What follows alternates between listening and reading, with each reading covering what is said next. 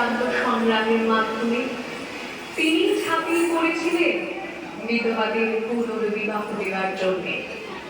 সংস্কৃত কলেজে পড়ানোর পর তিনি আর বাড়ি ফিরতেন না।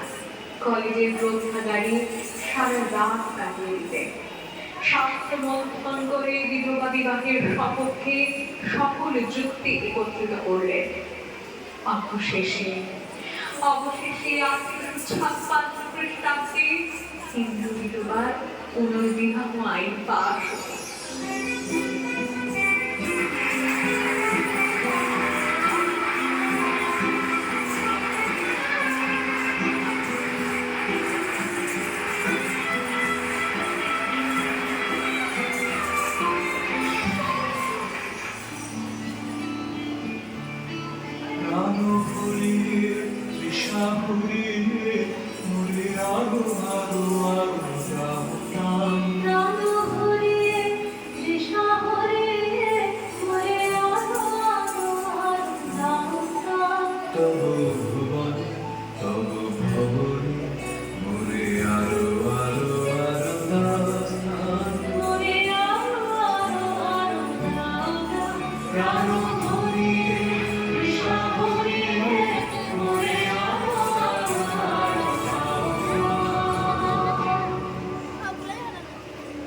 ধন্য তুমি বিদ্যাসাগর, ধন্য তোমার জ্ঞান, বঙ্গমাতার গর্ভে তুমি ধন্য সুসন্তান।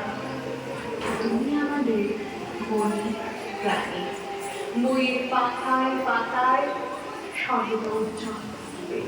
তোমায় জানাই শত শত কোটি প্রণাম।